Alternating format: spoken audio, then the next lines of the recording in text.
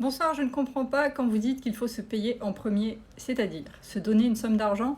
Alors, Angela, je vais te répondre tout simplement. Se payer en premier, c'est épargner.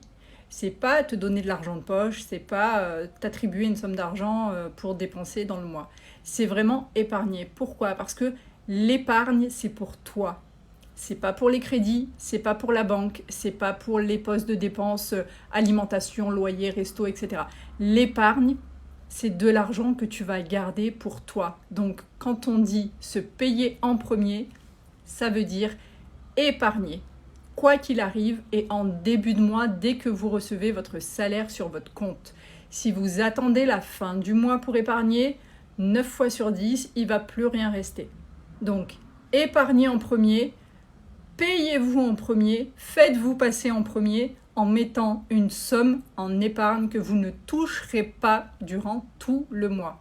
C'est ça, se payer en premier, c'est se faire passer en premier parce que l'épargne à plusieurs niveaux, ça va te sauver la vie. Ça va déjà permettre de faire face aux imprévus, ça va te permettre de te désendetter beaucoup plus vite, ça va te permettre de réaliser tes projets.